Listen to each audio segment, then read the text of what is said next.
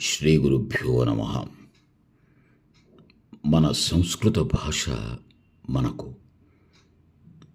మన సంస్కృతి సంప్రదాయాలను, మంచి అలవాట్లను, మంచి బుద్ధిని, మంచి నడవడికను నేర్పేటువంటి భాష.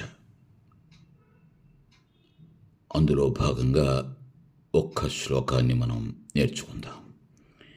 శ్రేష్టం జనం గురుం చాపి, శ్రేష్టం జనం గురుం చాపి, మాతరం పితరం తథా, మనసా కర్మణా వాచా సేవేత సతతం సదా. శ్రేష్టం జనం గురుం చాపి, మాతరం పితరం తథా, మనసా కర్మణా వాచా సేవేత సతతం సదా.